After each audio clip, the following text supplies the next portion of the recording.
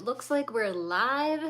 Thanks for joining. We're doing something a little bit different today. We're doing a vertical live. I just wanted to try this out since I haven't done it before.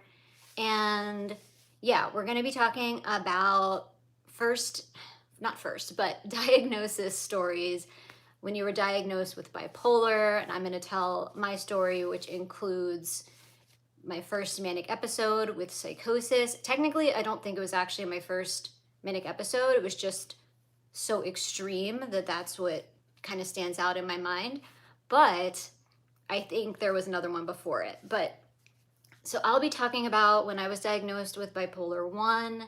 And in the chat, if you want to share your story, you do not have to, but if you would like to do that, please feel free. Just a little bit of an introduction. I'm Jess Curtis. If you don't know me, hello. I run this Our Bipolar channel. I've been doing it for about 5 years, but I started really trying to put out content weekly, nearly weekly, about 2 years ago. So, and I also have a day job. I'm an assistant managing editor for a scientific journal. And yeah, I have bipolar 1. I'm married, I have a daughter. But you know, today's conversation is going to be a little tough, so definitely take care of yourself and make sure that, you know, if it gets too tough for you, you can step away. I don't think it'll be that intense, but you never know. And yeah, so just to start out, please let me know how you're doing today. Hello, I see some people coming in. I'm gonna move this a little so I can see better. Hi, Jeff, Design Charm. All right, so this is gonna take a bit of time to explain the whole diagnosis story. I'm sorry if the lighting isn't great. I wanna adjust this a tiny, tiny bit. Ooh, I think that's better. You think? But anyway, do tell me know how you're doing. Before we launch in, I'll just say that I have not been doing the greatest lately. There's just like a whole lot going on. I've been feeling really overwhelmed, and I am really trying not to go into hypomania right now, just being honest. My sleep has been kind of disrupted lately, and just been a lot of stress, a lot of work stress, a lot of just stuff going on that I cannot control or like cut out of my life. It's just, you know, I just have to go through it. So that's what I'm trying to do. How are you guys doing? Oh, I see. Oh, Mickey, hi, your Design Charm. Oh, Brian's here. And Keith, if you're here, do you see what I'm wearing here? My Admiral Akbar shirt from Star Wars. And it is a trap. Everything's a trap these days. So yeah, so if you're here and you have bipolar, I hope joining and talking about things will help you feel less alone.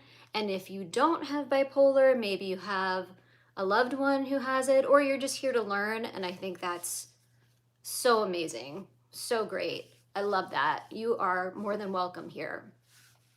Before I launch in, I'm just gonna check the chat really quick, and then I'm gonna start in with my diagnosis story, and then I will take your questions afterward. But like I said, feel free to add in any comments, talk amongst yourselves. You can share your diagnosis stories if you would like to.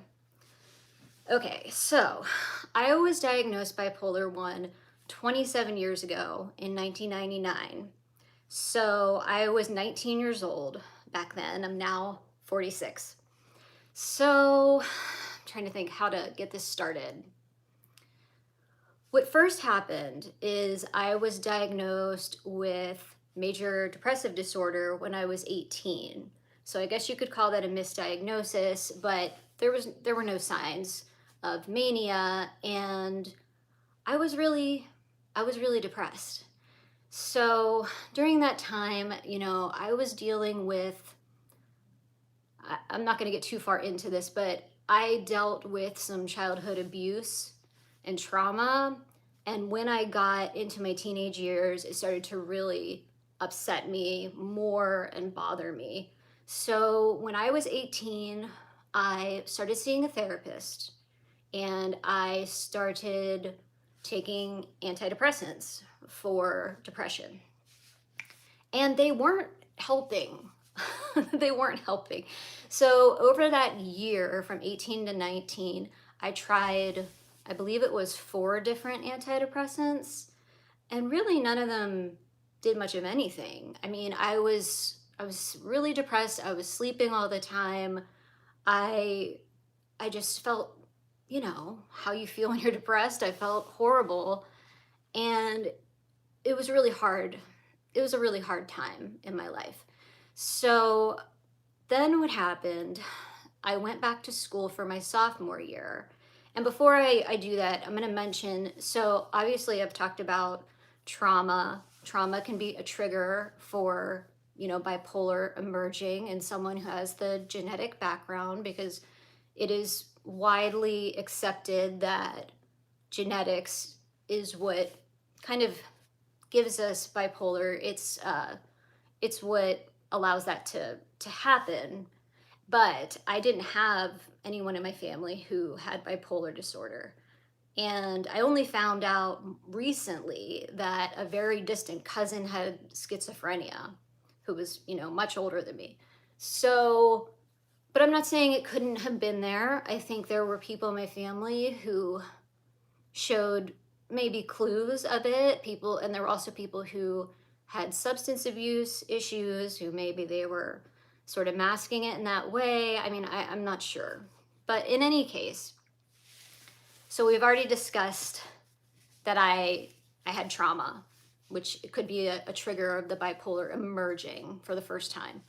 Then the other trigger I was going through was that antidepressant, which could have easily played a part in the bipolar emerging. And then the third thing is that I had just gone off to college the year before. It was extremely hard on me. I had so much anxiety about going to college, being at college for that first year, just trying to adjust and make friends. And I was not doing that very well, at least internally. I think I looked like I was doing it okay. I joined a sorority even, which is not really my typical personality, but I was trying. I was trying to fit in. So, yeah. So all that was going on. I was feeling very uncomfortable being at college, and that could have been a trigger as well. And I'm not saying it could have been any one of those things, or it could have been all 3 of the triggers causing the bipolar to eventually emerge. But so like I said, I had been on the antidepressants for depression. And then I went back for my sophomore year. So this is, like September. And I started feeling sort of better. Like I was on like a newer antidepressant, and I didn't feel good. I didn't feel happy and like my old self, but I was feeling something. Something was different. And at first I thought it was a good thing. Like I thought, okay, I'm not sleeping all the time. I'm not having really low energy. I'm going out, I'm socializing, I'm doing what I'm supposed to be doing, like what everyone else is doing at college, like going to parties, all these things. And so I lived in the sorority house. And then things started getting kind of weird, I guess you could say. So I started not only socializing, but feeling like I was like a social butterfly. And like I said, you probably picked up on that I was really an introvert. So I went from being an introvert my whole life to suddenly like making all these new friends and being very social and going out and doing all these things. And I actually realized like something's not right. So I went to one of my friends and I said, I don't feel like myself. I was also becoming very gullible. Like I would say all these things and like kind of like make mistakes, and then everyone would laugh, and like people were like kind of laughing at me and hopefully with me, but more at me.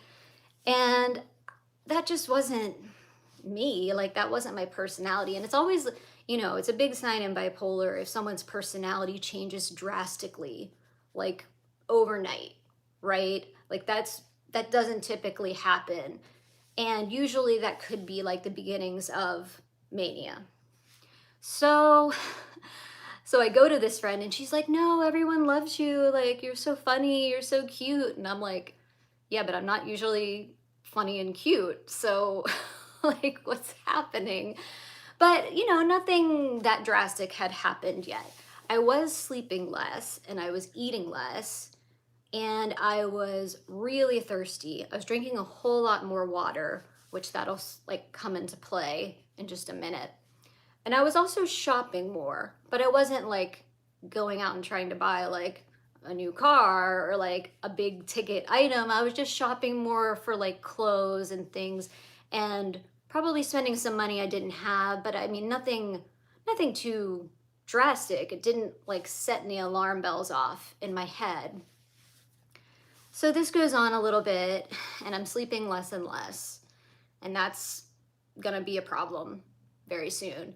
So what goes on is one night, so like I said, I stayed in the sorority house and I had a roommate, and the roommate and I had bunk beds and I was on the top bunk.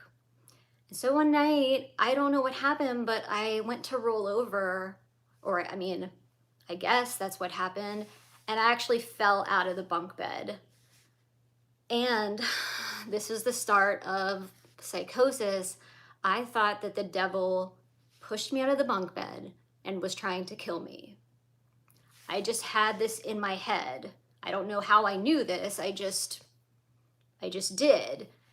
And so I didn't get hurt. I somehow was fine, but I still was thinking like, oh my God, the devil is trying to hurt me or kill me. And I didn't know what to do with this. Like, I was still somewhat with it. Like, I knew I shouldn't tell anyone this. I shouldn't, because I thought, well, no one's going to believe me, so I'm not going to tell anyone. I'll just, obviously I fell out of the bunk. That really happened. But I'm not going to tell anyone this, but I definitely believed it. So that happens. I mean, I have no idea what bipolar is. I have no clue about anything. And so that kind of goes on, and I'm having more and more trouble sleeping. And it's also like, I don't need sleep, right? Like, I'm obviously in mania, like I don't even need sleep, but I'm trying, but I can't. So it gets to the point a little bit later that I'm not sleeping at all. So this is probably this is all happening over the course of like a few weeks, like 3 weeks, I would say. I mean, it was 27 years ago, so obviously I'm not going to remember everything. And you don't always remember things that happen in mania either. So I get to the point where I'm not sleeping at all. And, I'm kind of like talking to friends about it, but no one's like, something, you might have a mental illness. Like, that isn't even a question. So I go on, and then one night when I'm not sleeping, I'm in my dorm room, my roommate's asleep, and it's like a small room. So finally I get up because I can't sleep, and I go and look in the mirror for some reason. So the mirror, like the bunk beds are on one side of the room, the mirror's like on the other side, just right across from them.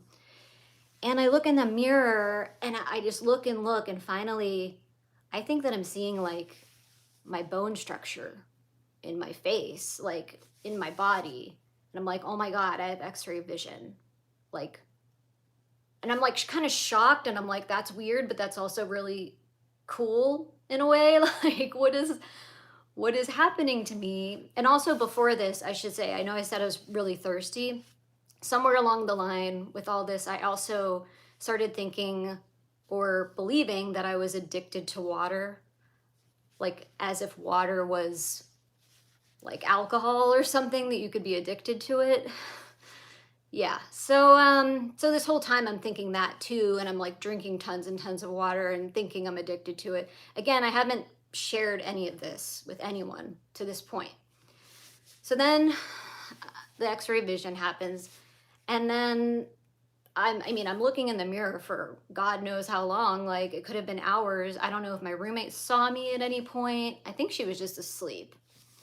So then night goes on, it's getting closer to morning, and I start feeling like extremely energized, like almost like tingly all over. Like I've never felt that way before then or since then.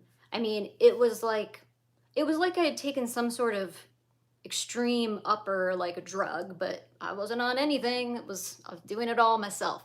So I know I'm like kind of like laughing at things, but I feel like I have to find some humor in it. So please don't take offense to that.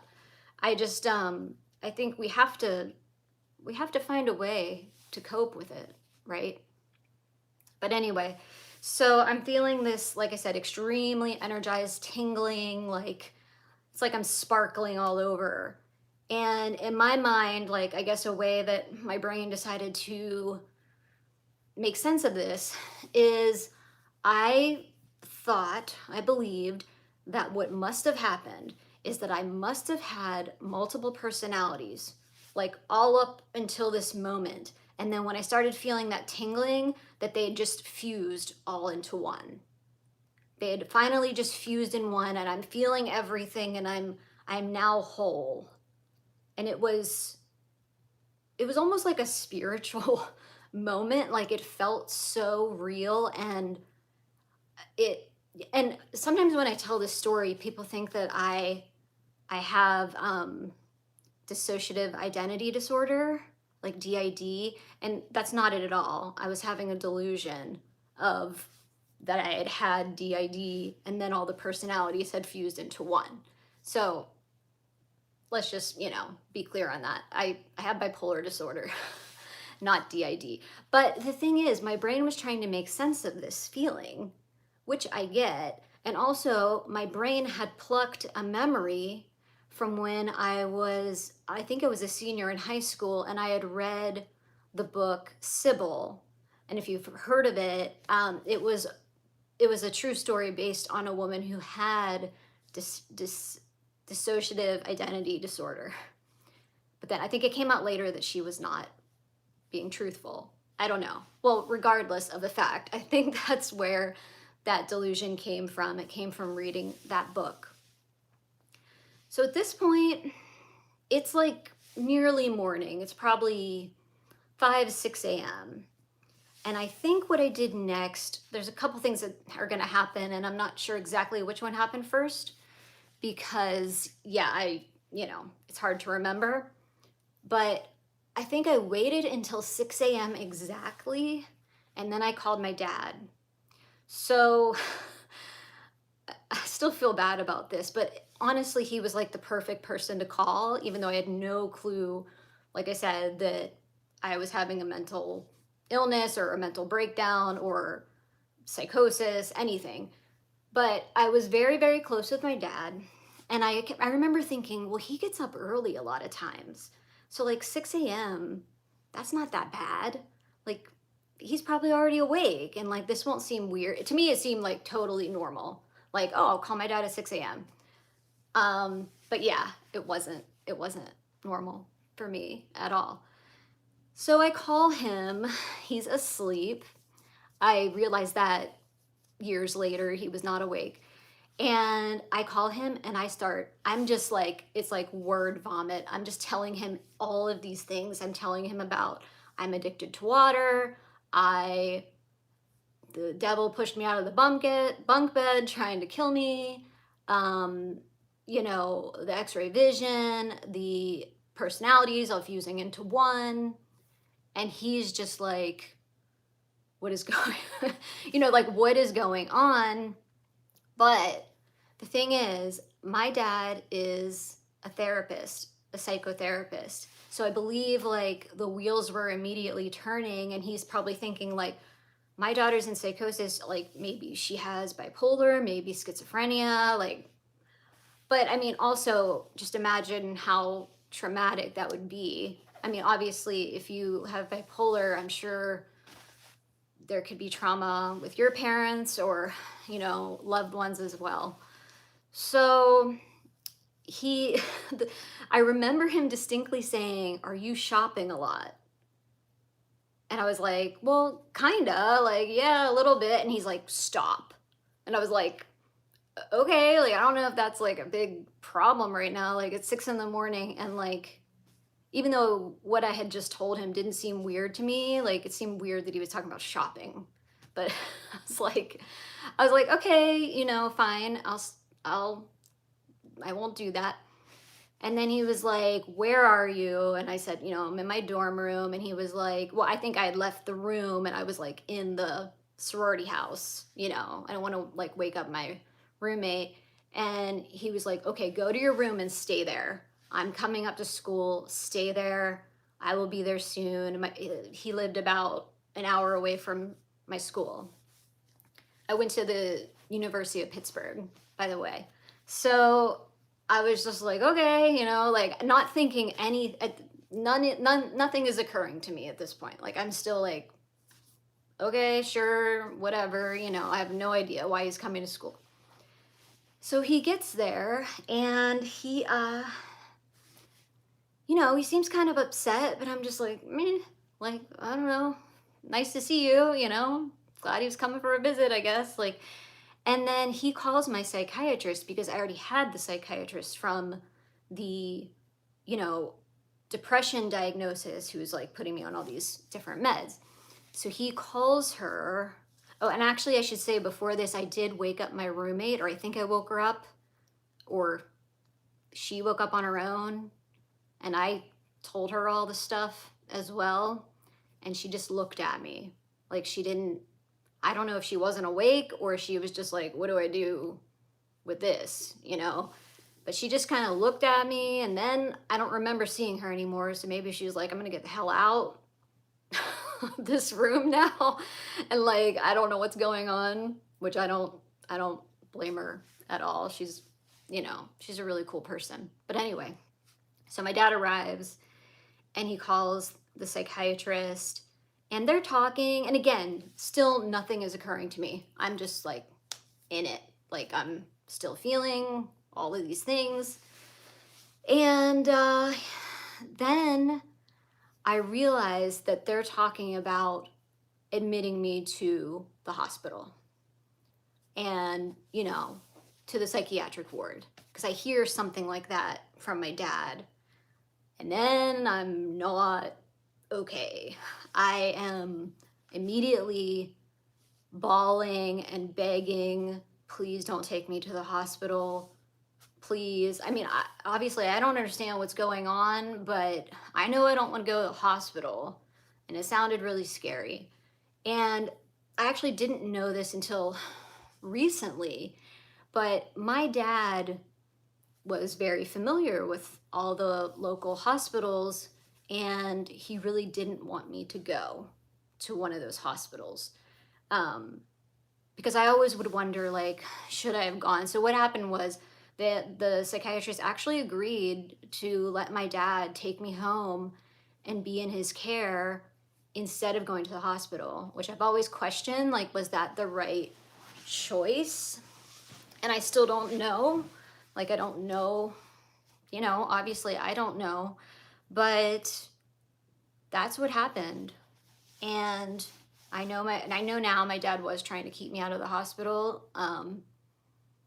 So if that was the right choice, I'm grateful.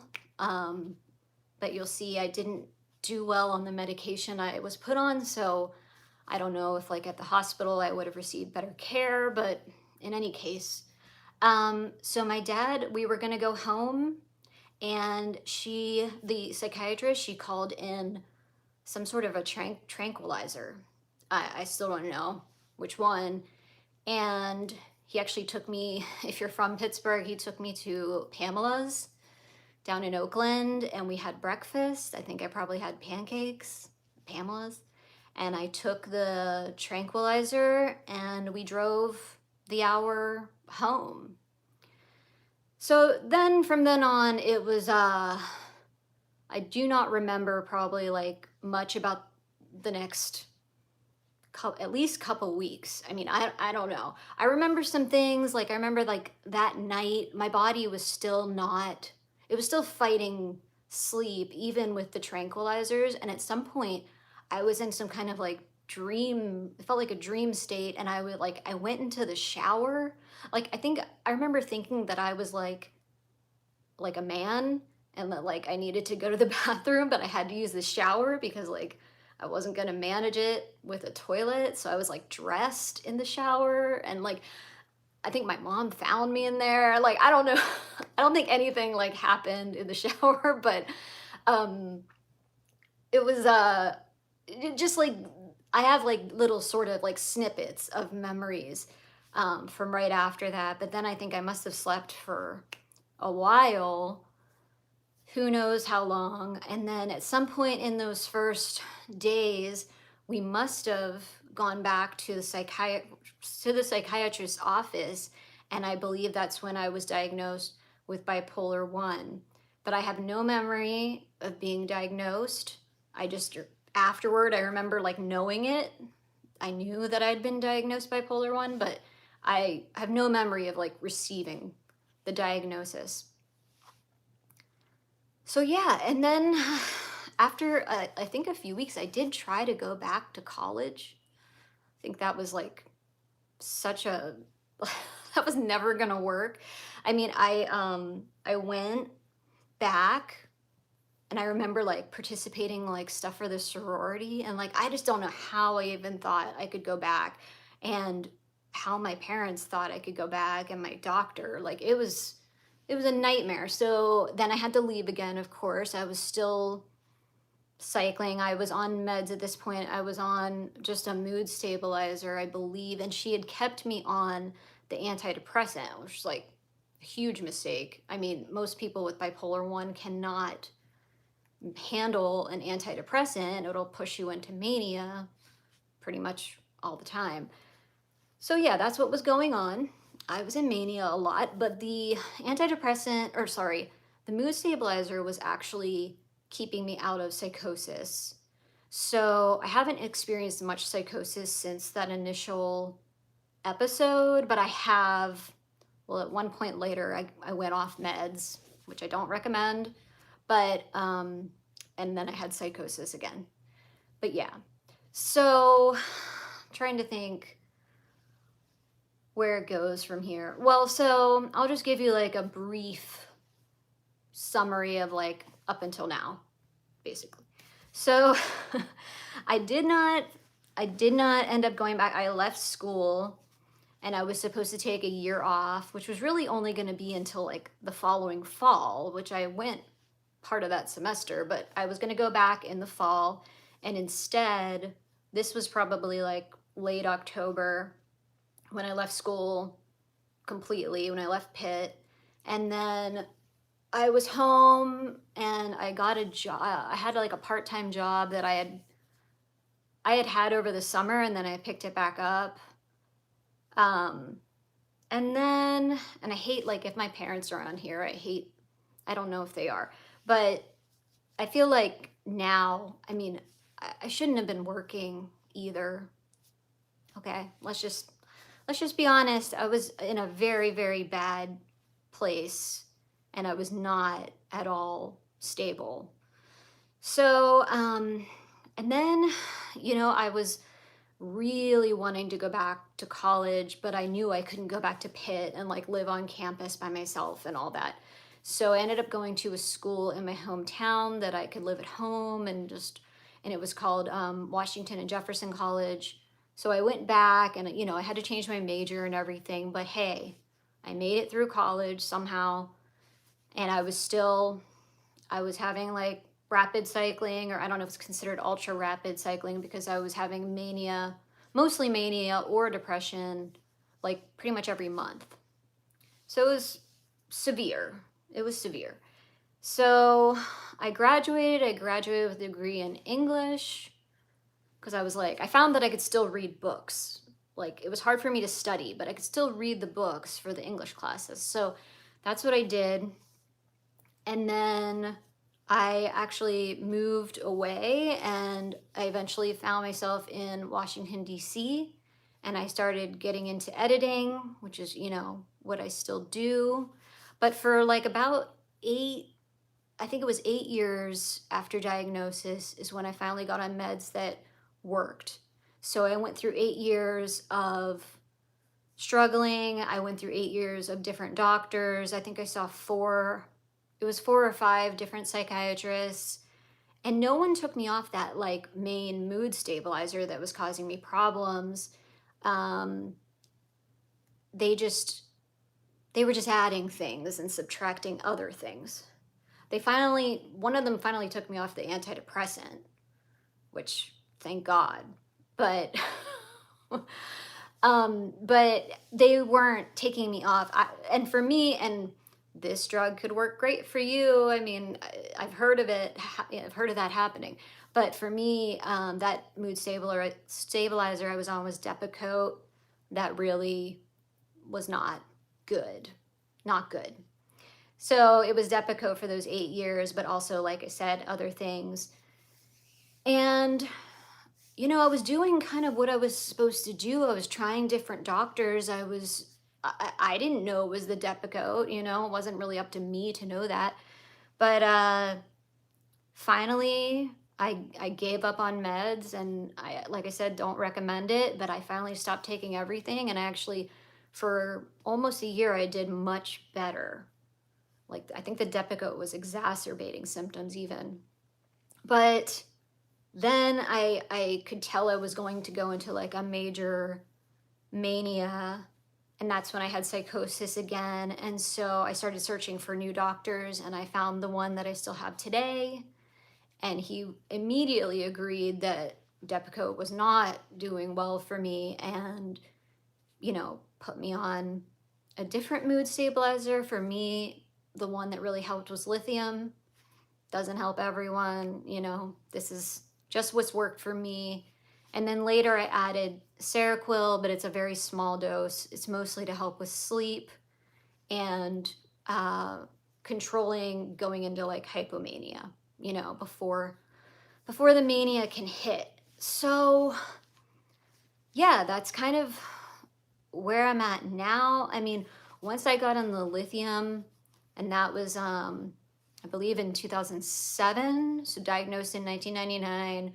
It took until 2007, 2008 to start doing better. And then it was like my life sort of was able to start more. I mean, I still have symptoms, I still have trouble, but it's like much more manageable. It's not the way it was in those earlier days, which was just like torture, honestly. And I went through a whole lot of, what's the way to say this on YouTube, wanting to end my life, at times having plans to do it. I mean, if you've been in the thick of it with bipolar, how hard that is to deal with.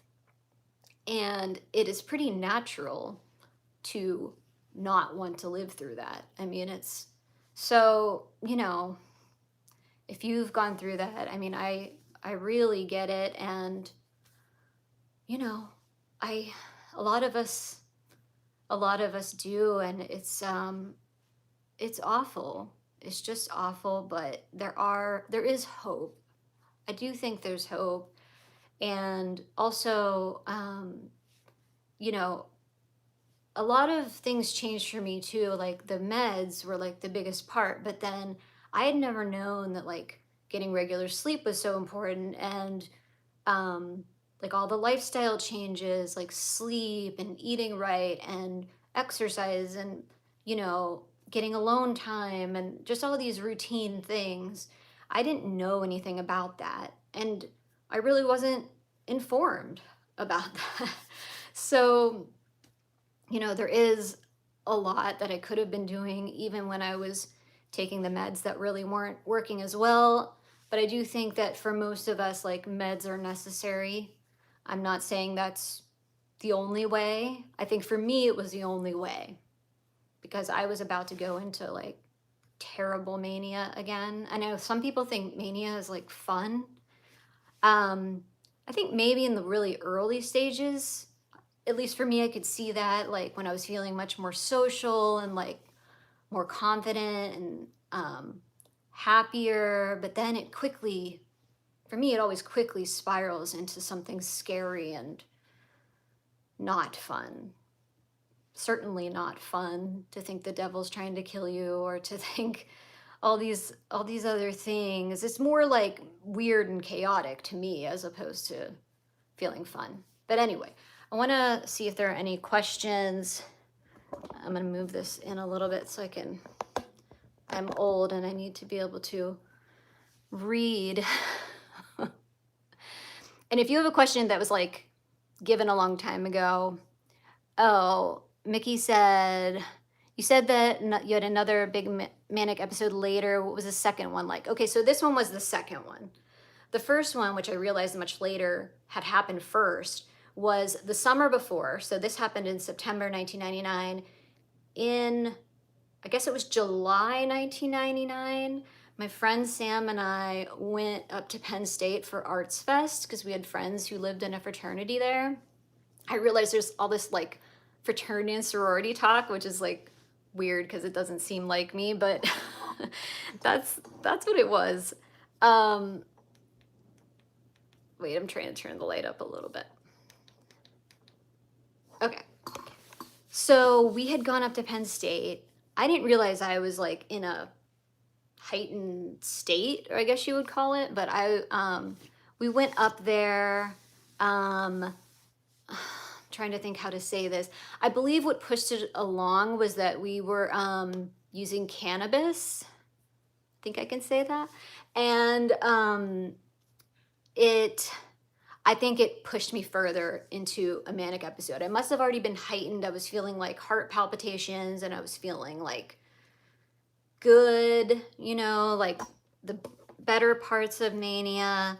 And I remember I didn't sleep all night and I was just like super annoying to my friends. I have a video about this.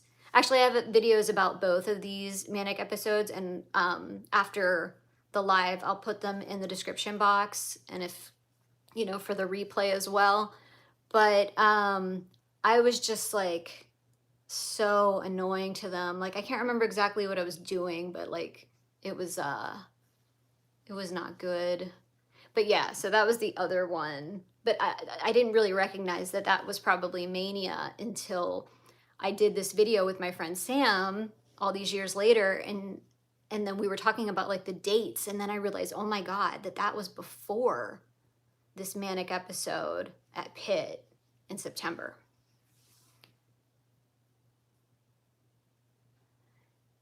Okay. Nodic is saying, can you share your experience of finding a job after being diagnosed with bipolar? Yes. So like I said, I graduated with a degree in English and I wanted to do editing. See, I didn't have a lot of trouble with a job by that point. I was able to kind of go to work and like get through it. I'm not sure how, to be honest, because I was still really struggling at that point. But I was able to find a job and like carry on. So I don't know if I'm like the best person to answer that question. So maybe someone else in the chat can help about that. I see a question. Have you talked to your parents about what that was like for them? We have a little bit, only more recently. So because I struggled for so long after my diagnosis, I never even really thought to ask them about it until much more recently. So when I was asking them about it, like there were definitely parts they didn't remember. And I also didn't remember. And I remember them thinking like, oh, we felt so bad that we didn't remember. Like we wanted to, we were worried if we told you that you would be upset. And I was like, no, of course not. Like, I think we're all traumatized by this experience. And like, I don't remember because of mania probably, but they don't remember because it was traumatic. So I know that I have been thinking about asking my dad to come on the channel and talk about the experience, like that episode when I called him and like how all that was for him. But I haven't done that yet. He has offered to come on the channel before though, so stay tuned. Maybe that'll be a video. Let's see. Okay, bye, Mickey.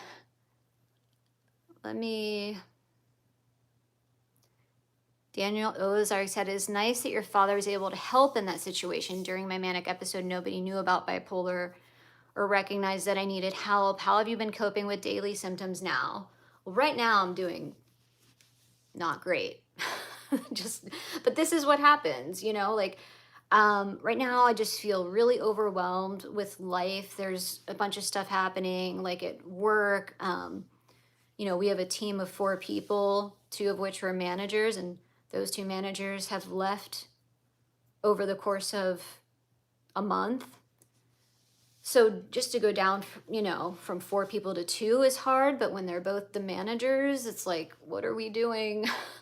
It's really stressful. And then there was so much else going on in my life right now that, like I said, I can't control it. It's nothing I can, just not do or not go through. But so for right now, like last night, I took a little more Seroquel because my doctor, he has enabled me to just add a little tiny bit of Seroquel here and there if I'm starting to have trouble sleeping or if I feel like I'm getting close to hypomania, which, is really helpful for me. But I'm feeling a lot of anxiety. I mean, with all these changes and with just everything going on, like I'm someone who's big on anxiety. So I do have some meds for anxiety and I've been taking those more often, but it's like not enough. It's just not enough right now. I'm hoping I will, as I go through some of these things, that I will then kind of level off and become more stable. But right now it's a little hard, but that's why I was glad I was doing this today, honestly, to be able to talk with you guys and just like feel some support and just like talk with my people. So yeah.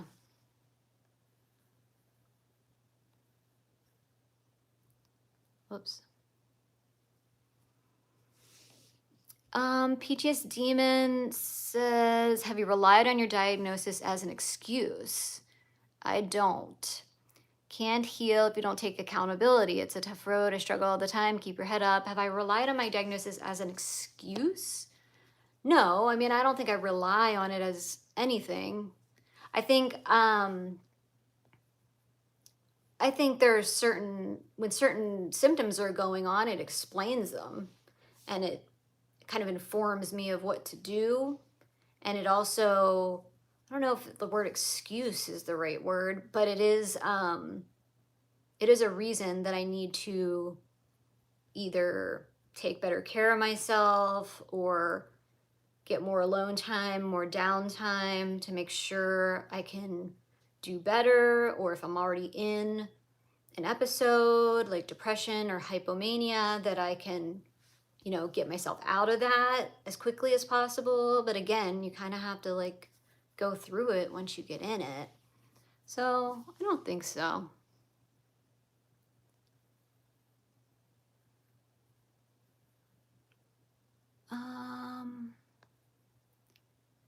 Okay, here's a question from Yodit Masi.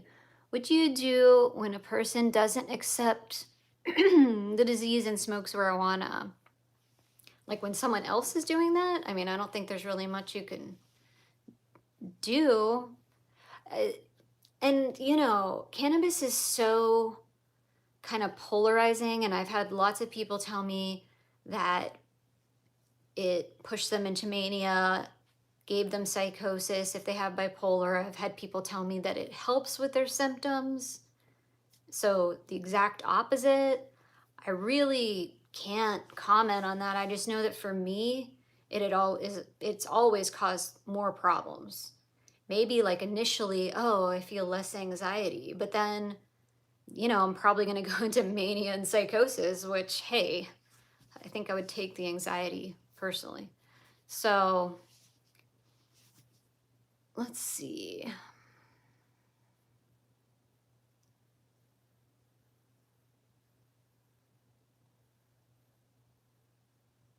Sure, I'm looking back because I know I've missed questions here.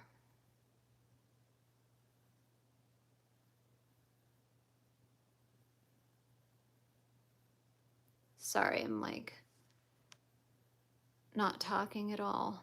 But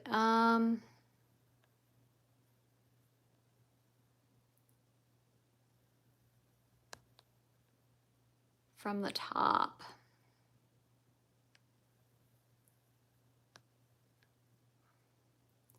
Someone else said, oh, brain archist. I thought I had multiple personalities, DID, during my last psychosis episode too. I've actually never heard of anyone else having that, so that's interesting. Yeah. If you're still on, where do you think yours came from? Like, did you have some sort of prior knowledge of DID?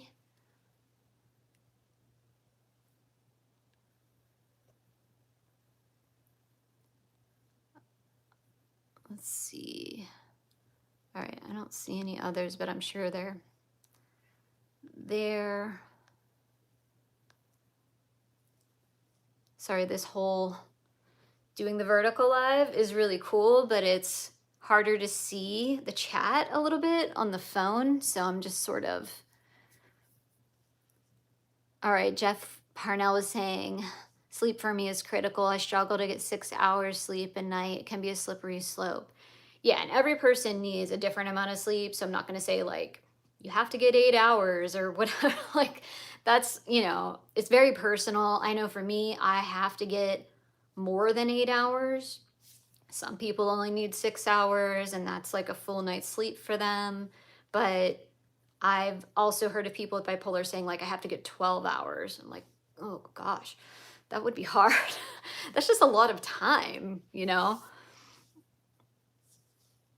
Okay, so Brain Arcus said, yeah, I had an ex who thought they had DID, so I was pretty familiar with it. I think it was my way of making sense of the mood shifts and ongoing short-term memory issues in psychosis. Okay, that makes sense.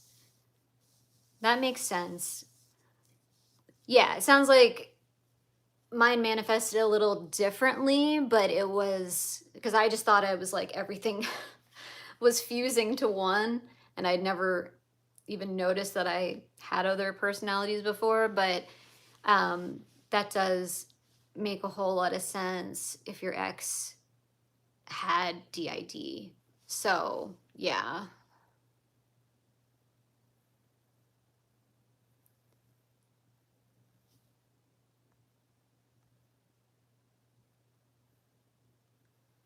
It's like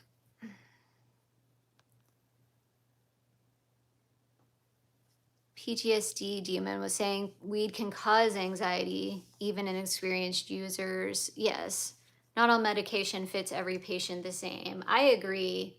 And that's very true. I know like the anxiety and paranoia can be really severe for a lot of people who, use weed, use cannabis, and even if you don't have bipolar disorder, I mean, just in general.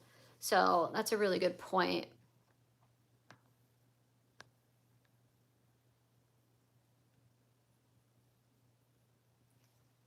Oh, and I think I said this, but when I was depressed before I, experienced the bipolar, before it emerged, and I was having depression later, like at the end of high school, but I was also having depression like kind of on and off for like my whole childhood.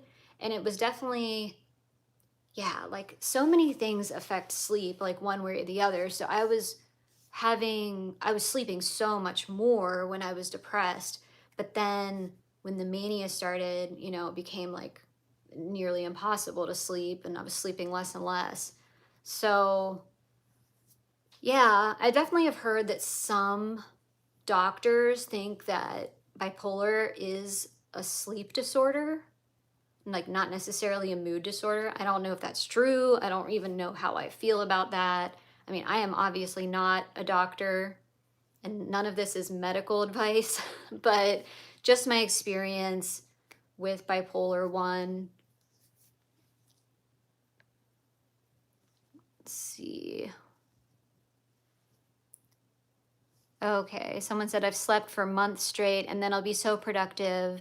I'd compensate for months sleeping. It's astonishing that nobody questioned my health. Yeah, I agree. And I feel that way as well. Maybe not to the extent that you were sleeping, but I do think there's a lot of ignorance, and there's a lot of sort of wanting to explain things away. And then, you know, you can also have people in your life who, maybe, I'm trying to think of how to say this, that maybe you're not getting the attention that you need or that you needed, especially like as children or teenagers. Maybe people, you know, when you get to a certain age, they're like, oh, they're fine. This is just how they are. When really, it's not how this person has always been. That should be a huge red flag that something is up, either bipolar or any other issue, right?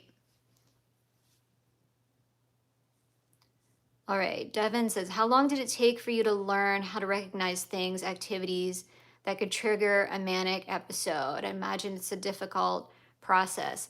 It is, because you're kind of like learning as you go, at least for me. Like something would happen, something would trigger an episode, and then you're like, oh, I shouldn't be doing that anymore.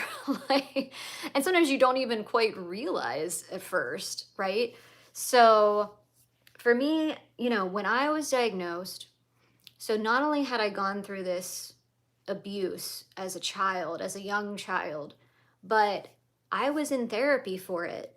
And then after I got diagnosed, I was still doing the therapy for it, the thing that may have triggered the bipolar in the first place. So then I'm going back and doing this therapy, and it's re-triggering me like over and over, because I'm still thinking, because I don't know any better, and I guess the therapist didn't know any better.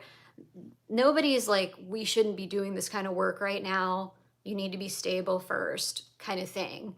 So I'm just cycling, and like all these things are happening, and it was it was really, really rough. And I wasn't even making any headway in the therapy because the bipolar was, you know, just disrupting everything, and it was way too hard on me.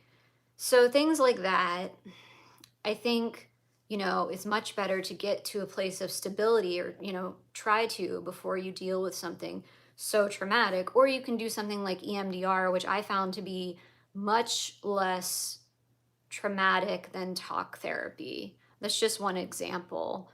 But then other things, I mean, it took me, you know, I just put out this video about like alcohol and bipolar. It took me years to figure out that alcohol was causing me problems and pushing me mostly into mania, because alcohol was affecting my sleep. And then I did realize when I cut back on drinking, it did help. But it took me a long time to decide to not drink at all, and that's just my personal choice. I don't think anyone has to do that. But for me, you know, my sleep really was affected, even if I just had like one or two drinks. So I'm trying to think of maybe other examples. How about just like staying out late, or going to parties, going to events where there were like big events, because I also have some social anxiety that could cause me to have symptoms. And I almost always go toward mania, not depression. I will go into depression sometimes, but I typically go toward mania. So these things were always like anything that's going to give me make me extremely uncomfortable is going to be something I need to try to limit in my life. So big social events, that would be one. Vacation, time zone changes, that's really bad for me. Yeah, just anything that's going to be super stressful. That's a lot of things, right? But this is what we live with, or a lot of us.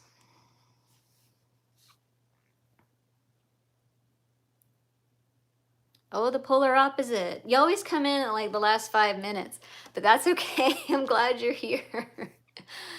Do you have any questions? I already kind of told my whole story of diagnosis and mania, psychosis, all that. But if you have any questions, we can get them in. We can get them in now. And for everyone who's still here, if you haven't liked the live yet, if you could please like it. I probably should have told you this earlier to try to bring more people in, but if you could like the live, if you could subscribe to my channel, I promise there's some good stuff on there. Hopefully you like it. Yeah, that would be really cool. Okay, polar opposite. How many psychotic episodes have you had? I think that I've only had 2. I'm not positive. It could have been more than that. And sometimes these things in my mind like run together and become one, but I definitely know about 2 distinct times. So it was that episode, where I got diagnosed. So I was having all those delusions and some hallucinations. Just very briefly, I thought the devil tried to kill me, like push me out of the bunk bed. I thought I was addicted to water, x-ray vision. I thought I had multiple personalities that fused into one. And then later, when I had gone off meds, I was seeing what I thought were like demons at my brother's house. This was when I was like trying to go to sleep at night. And then I was having like delusions about my brother while I was there, that he was, it doesn't sound like a delusion almost, but like I know it was because it wasn't true. I got it in my head that he was so unhappy with his life and he was like yearning to have a family and kids, which is like not true. Like he still doesn't have, a wife and kids, and like he's happy that way. Like that's what he wants. But in my mind, I thought he was, so I got all worked up. And like one night in the middle of the night, I like woke him up, like screaming about how I know he's unhappy and like he shouldn't be living where he was and like all this stuff. And it was so embarrassing later, because then I ended up being like stuck at his house because of the mania and psychosis. I couldn't drive and I lived like 3 hours away. And then my mom had to come and get me, and she didn't even live where I lived. It was like a whole big mess. But it could have been worse, because like I asked someone to take me to the police station during that mania. And that's like a whole long story. Sorry, I'm just like abbreviating it. But I asked someone, a cab driver, to take me to the police station, and he didn't. And I hate to think what might have happened if he had. For some reason in my mind, I was thinking like the police will help me. It's like, really, they might have arrested me for something. Like, I don't know. But I actually have a video on that too. So I'll put that in the description box. It's called my last full-blown manic episode. And so I'll put that in the description box, and then also those other 2 videos about like my diagnosis and about what was actually my first manic episode, which didn't have psychosis involved. But yeah, well, we're just wrapping up. It's almost 4 o'clock. I try to keep these to an hour to kind of like preserve my mental health, your mental health. I don't want to like go on too long, but I appreciate you all coming and like all your great questions. I just, Yeah, it's a lot to talk about. It's I'm lucky that like it has been 27 years and I feel like I have some distance in between those episodes with psychosis and now. But even if you don't, I mean, this illness, I feel like more and more people are starting to, understand and learn more about it. And that's kind of like why I do this. But at the same time, there's still such stigma involved. And I really feel for people with bipolar, like including myself. I just like, and that's why I want to do these things because I think it can be so comforting to know someone else who has it. And also, you might not know people in real life who have it. You might only know people on the internet. Like until I came out and started being public like 6 years ago when I was 40, I didn't know a single person who had bipolar. I mean, not one single person in person. So I started doing this and then guess what happened? People who I knew in person started coming out to me and like telling me in private that they also have bipolar disorder. So there's a lot more of us than we think. And, you know, I'm just here to try to, even if I can't break down stigma too much, I want to, know other people with bipolar and just like have other friends who have it. It's like such a relief and it's just so nice to talk to people who get it and you don't have to explain anything and it's it's a comfort. It's a really nice comfort. But all right, we'll do another one of these in a couple weeks. I was supposed to do one in 2 weeks, but I'm not going to be able to do it on a Saturday because I'm going to be traveling out of town. So I need to figure that out. But I'll keep you all posted, let you know when the next one is. All right. So thank you for coming. Thank you for watching, and I'll see you at the next live. Bye.